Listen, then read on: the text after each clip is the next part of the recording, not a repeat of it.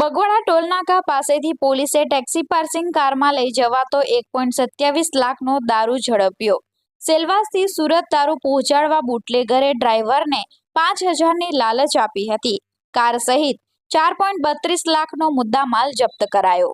Valsad local crime બ્રાન્ચની ટીમે national highway number 48 પર બગવાડા ટોલનાકા પાસે વોચ ગોઠવી પોલીસે મહારાષ્ટ્ર પાર્સિંગની એક ટુરિસ્ટ ટેક્સીમાંથી વિદેશી દારૂનો જથ્થો ઝડપી પાડ્યો છે।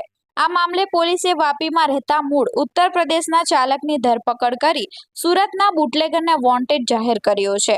વલસાડના LCB head constable Rajnikant Rameshbhai અને કનકસિંહ દયાતરની ટીમને પેટ્રોલિંગ દરમિયાન ખાનગી રાહે બાતમી મળી હતી કે સેલવાસથી એક સફેદ રંગની મારુતિ ટૂર કાર નંબર MH02ER2211માં દારૂનો જથ્થો ભરી સુરત તરફ લઈ જવામાં આવી રહ્યો છે।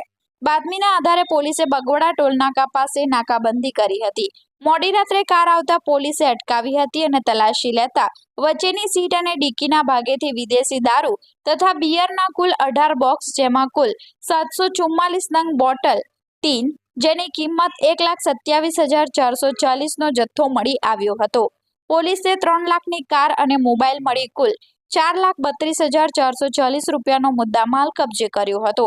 જ્યારે પકડાયેલા ચાલક રવિકાંત જયશંકર પ્રસાદ દુબે રહે વાપી મૂળ યુપીની પોલીસે કરેલી પૂછપરછમાં જાણવા મળ્યું હતું કે કડોદરાના કિશનસિંહ નામના બુટલેગરે તેને એક ટ્રીપના 5,000 આપવાની લાલચ આપી હતી।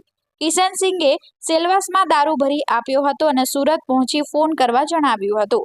પોલીસે ચાલકની ધરપકડ કરી છે, જ્યારે દારૂ મંગાવનાર કિશનસિંહને ઝડપી પાડવા માટે ચક્રો ગતિમાન કર્યા છે।